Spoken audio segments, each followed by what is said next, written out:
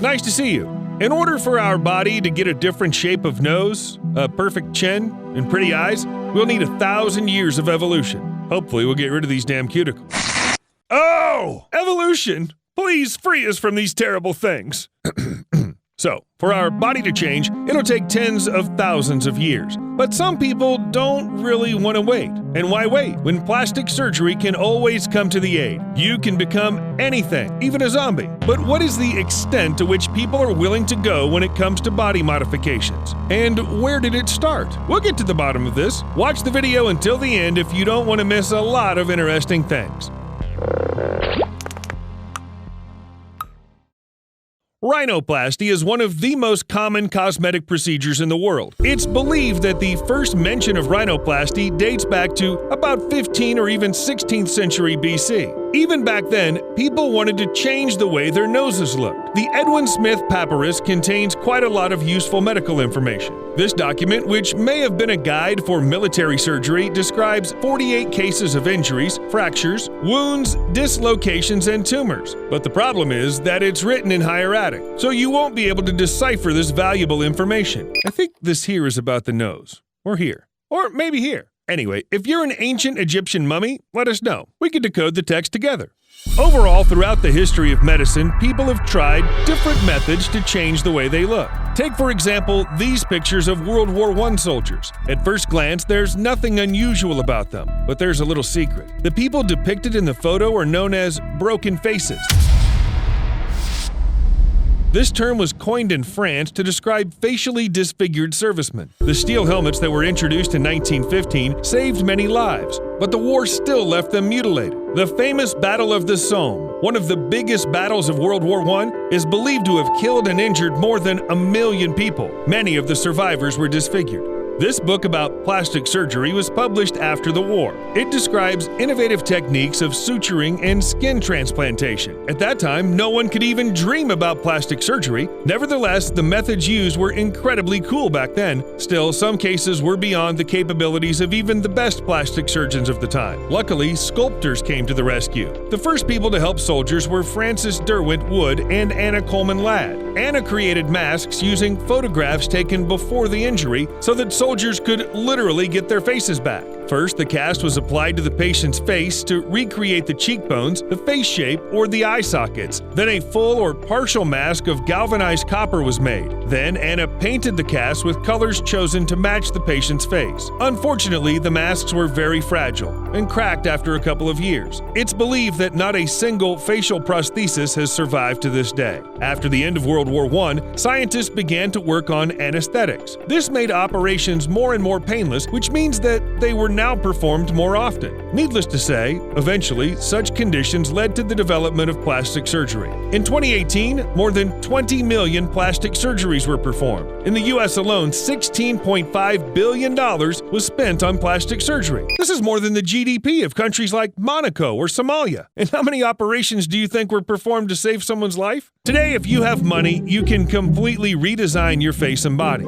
People usually change their nose, remove some moles, remake their chin, or eliminate things they don't like. But some people are so dissatisfied with their appearance that they just can't stop. After the first operation, they do another one, and then another one, and then another one, and so on. And sometimes they go too far. One of the most famous examples of such an obsession with plastic surgery is Jocelyn Wildenstein. The American socialite was born in 1940, dated several rich men, and was married to a billionaire. Close the camera! It's known that he loved cats, so Jocelyn wanted to make her face more cat-like with the help of plastic surgery. But the result was, well, she does vaguely resemble a cat. By the way, she denied undergoing surgery. In her own words, she looked like that thanks to her Swiss origin. Who would have thought that Cats was filmed in Geneva? We wake up, we eat, we love, we sleep, we magnifique.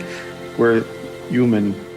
Normal. But plastic surgery isn't simply a hobby for people who don't know how to spend their money. Sometimes the obsessive desire to remake your own body is caused by a condition known as body dysmorphic disorder. Basically, a person with this disorder is always concerned about some features of their body. It's just like when you can't stop thinking that the legs of your chair are too long, for example, and you need to cut them down right now, and a little more, a little bit more. Nope, still not enough. Is it absurd? A little. But people with this disorder treat their bodies in a similar way. Sometimes being obsessed with your appearance can have terrible consequences. Some people are willing to undergo dozens of operations just to look, for example, like a cartoon character. In 2017, this girl, known as Sahar Tabar, shocked the world with her Instagram photos, and there was a pretty good reason for that. The Iranian blogger looked more like a character from Tim Burton's films than a living person. She looked like a zombie with huge lips.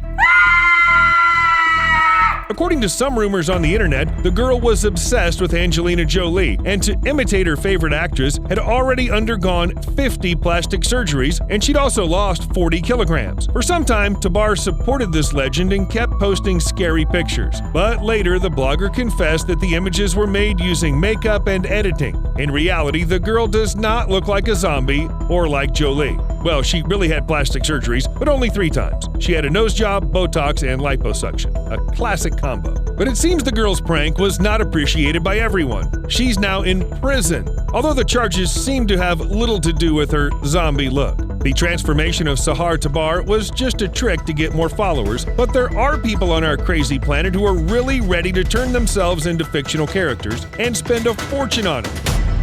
Herbert Chavez calls himself the biggest fan of Superman, and it's hard to argue with this statement. The guy has already undergone at least 26 painful operations to turn his face into an exact copy of his idol. Look, up in the sky. It's a bird. It's a plane! It's Superman. Superman! Superman! Superman! Superman! Chavez claims that Superman has been his obsession since he was about 4 years old. It was at this age that the guy watched his first Superman movie. Now his entire house is filled with Superman merchandise. So, we weren't kidding when we said he was obsessed. But despite having many surgeries, Chavez isn't satisfied yet. He also wants lenses to permanently change the color of his eyes to blue. In addition, the guy's planning to undergo a leg lengthening procedure, which is known to be one of the most painful plastic surgeries in the world. It's good that so far there's no procedure that would make a person fly. Otherwise, Chavez would be the first in line, and that's because he thinks he's Superman. And for him, the lack of wrinkles on his body is proof of that. What can we say? True Kryptonian logic? But what about elven magic? I will destroy you. Luis Padron calls himself Plastic Prince and Moon Dreamer, and he does look like a prince. To look like a fantasy character, Luis has spent at least $50,000 on plastic surgery. Padron underwent cheek liposuction, and he also got a nose job. Several laser hair removal procedures changed the shape of his lips and forehead with fillers and changed his hair growth line. And yes, he also changed the shape of his ears, because elves have to have pointy ears, right? I thought I'd die fighting side by side with an elf. What about side by side with a friend? Luis even changed the color of his eyes, but he didn't like how it turned out. In other words, he needs to keep changing his appearance to get closer to his dream. Perhaps he plans to sail to Valinor or something like that. There he will definitely be very welcome.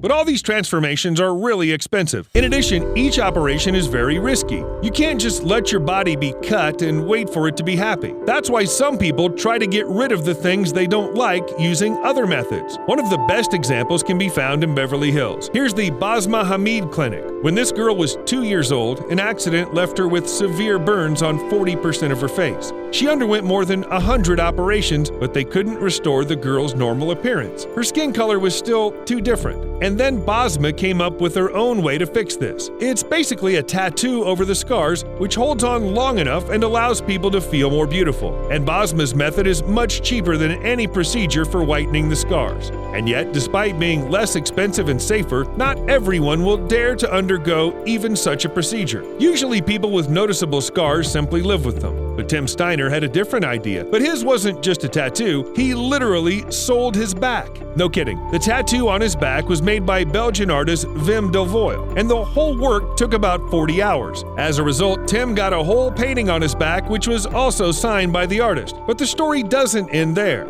The work, called Tim, was sold for 150,000 euros to a German art dealer, Rick Reinking. Tim himself, as the bearer of the painting, received 1/3 of the sum. "My skin now belongs to Rick Reinking," he says. "My back is the canvas. I am the temporary frame. And yes, everything is exactly as you thought it would be. As part of the deal, when Tim dies, the skin on his back will be removed and turned into a painting." Hopefully this collector won't try to speed up the process. Well, in the meantime, Tim has to show his tattoo sitting topless in a gallery at least 3 times a year. He just sits and lets people look at his back. And when visitors to the gallery try to talk to him, Tim doesn't move and doesn't answer. He's just a canvas for a painting by a famous artist.